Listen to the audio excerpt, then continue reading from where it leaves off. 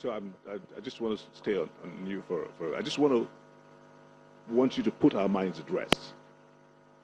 On a scale of 1 to 10, how much would you say that you've been able to checkmate these porous borders? Well, this is a difficult thing you are giving me, because when you are talking of border security and management, it involves so many things. That is one. Secondly, like I said, it isn't something, for what I've already mentioned now, it isn't something that is left to Nigeria. It's a regional problem.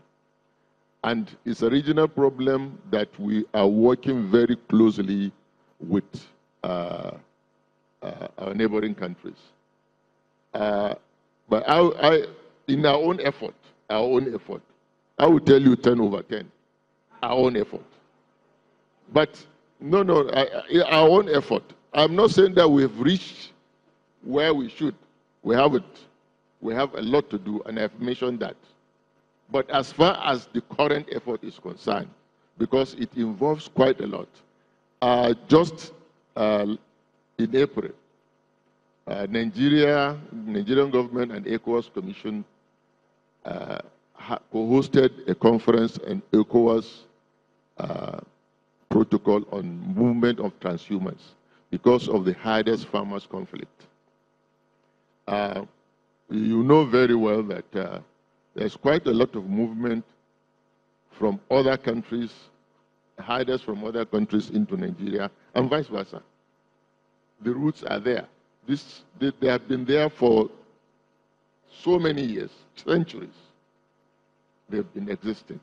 So, but we said that there's this protocol which has not been implemented. We invited for that conference, and how to see how that protocol can be implemented.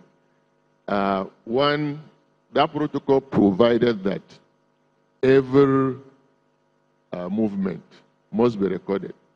There's supposed to be a reception center when such transhumans come in. And at that reception centers, we have to ensure that they carry international transhuman certificates. We also have to ensure that the cattle they are having carrying international health certificates.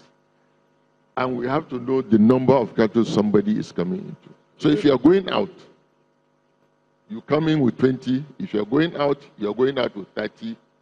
Certainly, we will suspect you as a cattle rustler. So these are some of the things we say we must be implemented. How does this square up with the cattle ranches that have been been proposed? Well, I wish the Minister of Agriculture is here to answer that directly. But some of these issues brought out about ranching, this is not something new. They have been there. Some of them have been gazetted. And I think it's just a revival of that being brought. In order to find solution to the cattle herders farmers, don't forget the fact that this issue of herders farmers conflict is an issue that has its own complexity. It's an issue that has to do with the current challenge of climate change. Because of climate change, you have the issue of desertification and even drought. Now,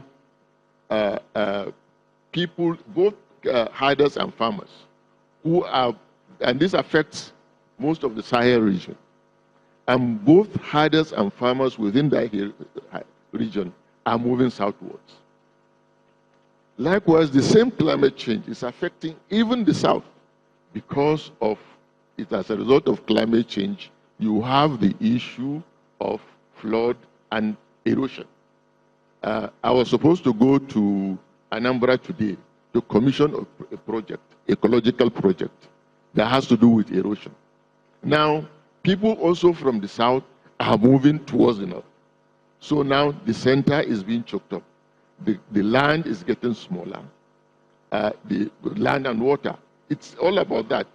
We have population growth and youth bulge. Those people who are not farmers before today are not farmers because they are looking for something to survive. Those who are not herders today, they are herders. So people are taking advantage.